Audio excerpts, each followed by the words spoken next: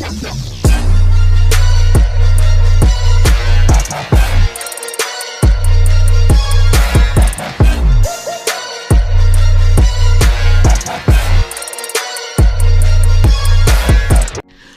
good, YouTube? It's your boy Show back with another video, and today I'm doing another disappointment. Man, I used to have a couple series back in this channel's early years. I had Disappointed, Dream Sequel, and Throwback. You know, basically just me doing simple series. I wanted to get like playlists and stuff started. Disappointed was basically where I talk about games that really didn't live up to the hype or were just really a disappointment to everything. Now, obviously, we could add like Forspoken into that now.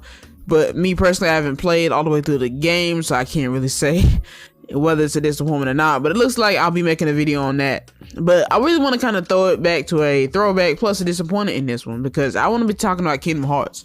And then let me go and say this, because I already know that I am a Kingdom Hearts fanboy. I already know how Kingdom Hearts fanboys think. I am not talking about the series as a whole. And in fact, I'm only talking about specifically this one game, Kingdom Hearts 3. I honestly did not like Kingdom Hearts 3. Like, not to say I didn't necessarily like it. It's just more the fact that I felt like it was so much of a letdown. So much hype was built up for the game that it felt so flat. That it felt like when you leave that soda in your car and you know it's been there for a couple of months and it's like mad cold. You get the idea. It was flat. It was not a good game to me. The gameplay in itself was fun. It was kind of addicting at points, but I feel like there was just so many things, so many coincidences that just seemed to happen. So many unanswered questions. You know, like for me, I played the Kingdom Hearts series my entire life. I would definitely say I played at least every Kingdom Hearts game. The only game I haven't played is probably the one with the most lore, and that's the one on mobile platforms, Union Cross or something like that. I played so many of these Kingdom Hearts games, it's absolutely ridiculous.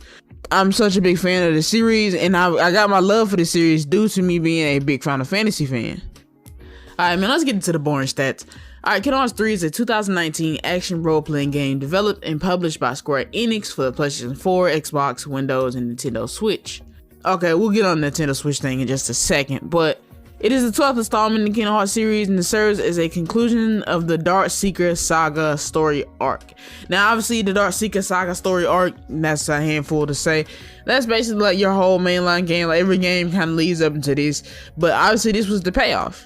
This is like, I mean, I don't know if you guys are MCU fans, I can't really say, but it's just like watching all of the MCU movies and never having Endgame, or having Endgame and it'd be like Shang-Chi or something. I like Shang-Chi, by the way, it was a cool movie.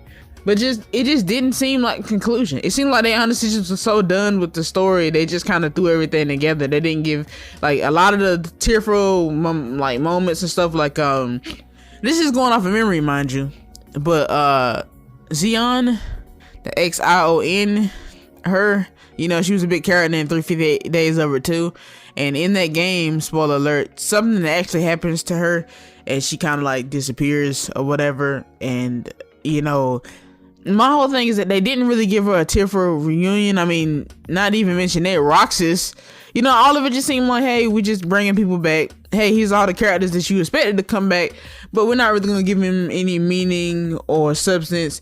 And we're also going to take out all the Final Fantasy characters. Yeah, this game was a hot mess. Like I said, I liked the game. The gameplay was cool, but I just, when I first got to playing it and I realized there won't no Final Fantasy characters in the entire game, the maps were kind of boring to me. Some of the maps I actually did like and I did actually enjoy. Like the Big Hero 6 one was cool. Like I said, cool. The actual like gameplay was pretty cool to me. It just didn't have any heart. It didn't feel like like most of the games, Kingdom Hearts games, they got a certain allure to them, because they're games that can be made for people that are kids, but they're also games that can be made for adults, considering they have so many dark mysteries and people getting their hearts taken out and splitting, and you know, so many different mysterious aspects of the franchise. It makes it seem like they really didn't try with this one. Now, don't get me wrong, I always felt like Riku was the main character of Kingdom Hearts. I feel like his journey was way more interesting rather than having Sora like go through all these different worlds, because Riku was just kind of like the guy that was already at every world. Like, Riku has a whole like story about, you know, betrayal. You know, he betrayed his friend, and he did it for at least what he believed was a good reason. You know, two guys that was focused on trying to save their friend in different ways. You know, My only issue about Sora is that since he was basically our main controlled character, he always felt clueless. You know, he was figuring out the story as we were figuring out the story. But Riku, he already pretty much knew a lot of stuff. He was always behind the scenes, you know, kind of working and doing his own thing behind the scenes. And he knew a lot more than Sora. Sora just ended up beating him every 5 seconds. I liked that in Dream Drop, Riku was the one to pass. You know, it always felt like Sora wasn't ready. You know what I'm saying? Yes, Sora was strong. Yes, Sora had great allies and stuff. He was always fighting on the kind of the right side. But in the end of the day, Riku was the one who went to the darkness. You know what I'm saying? Sora could be tempted by the darkness because he never felt it. You know what I'm saying? He never really understood what it mean to be in the darkness. Riku basically became a whole nother person, mind you. I mean, they did some old Crisis Core stuff. You can definitely thank Final Fantasy for that. Like when they did with the Genesis clones and everything, and it was different souls inside Angel clones and everything. That whole confusing setup. You can blame the Riku and Ansem situation on that. It's like, even though the specific story of Kingdom Hearts could be mad confusing, Riku's part in it wasn't really that confusing. You know, his motivations were pure. You know what I'm saying? He was more of an end justifies the means kind of guy, but he really did what he had to do.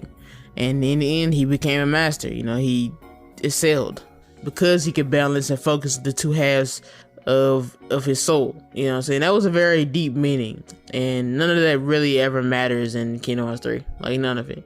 In fact, I mean, like, the last boss battle between everybody, it all seemed pointless. It was all very pointless. You have characters that, yeah, you only know through little data inserts and stuff like the Organization 13 and, you know, all those types of characters. Yeah, those types of characters popping up, you know, like Axel and his actual human form and stuff. All them characters popped up and they were just so unnecessary. Kyrie gets a Keyblade. I'm gonna continue to call him Axel because Axel's a way cooler name. Axel got a Keyblade. Everybody gets a Keyblade. Everybody fights. It honestly it was just not a good payoff to me. It was all jumping into one big mess. You know, here we go. Aqua, she's another good character. You know what I'm saying? And I feel like her and Terra were just completely wasted as characters. They really made no sense to bring them back in the fashion that they did. Like Fantasies, it seemed like everything they was trying to pay off for Kingdom Hearts 3, like the things that they would actually have plot points in it. The game needed to be a good 10 to 20 hours longer to really explain everything. All these characters popped up conveniently. It wasn't even an issue. So, I mean, I looked at Kingdom Hearts 4 with a heavy heart, man. The way the Kingdom Hearts 3 ended, I actually did like the reminded DLC thing. I thought it was cool. I thought the introduction of Eurasia and the lore behind that, like it being basically inspired by like the original Final Fantasy 15, like the original vision and everything. I kind of really do enjoy that. I thought it was a cool little, and I thought some of the maps were beautiful, you know, being on the, like, next gen systems at that time, like current gen systems. I thought the maps looked cool and stuff, and I really liked some of the environments. Hopefully the next Kingdom Hearts 4, you know, can do it justice. I think that they could at least make some better environments, and hopefully it fixes a lot of the issues with the games and with this new saga that we're getting into. And maybe the story won't be so abstract this time. With that being said, guys, thanks for watching. Please like, subscribe, and I'll see you guys next video.